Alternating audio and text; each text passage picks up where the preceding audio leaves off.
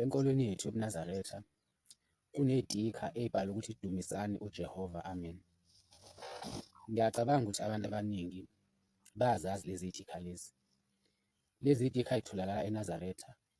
Lezi dikha izona y'dikha eziwubufakazi bokuthi enkolweni yobuNazaretha kudunyiswa uJehova. Inkolo yobuNazaretha yokuthi kukhonzwe uNkulunkulu obizwa ngokuthi uJehova.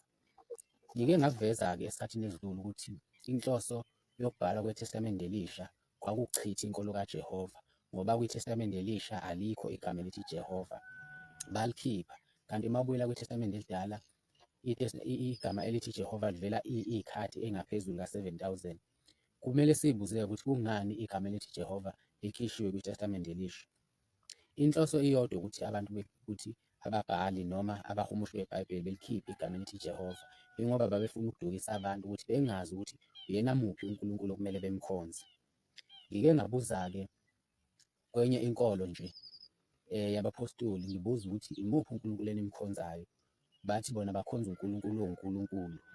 Kahle kahle into ekuthiwa uNkulunkulu owuNkulunkulu ayikho, ngoba ngisho uJehova washo kuMyalelo ey'Shumi athi ungabi nabanye uNkulunkulu ngaphandle kwami, ngoba uJehova wayazi ukuthi bakhona abanye uNkulunkulu.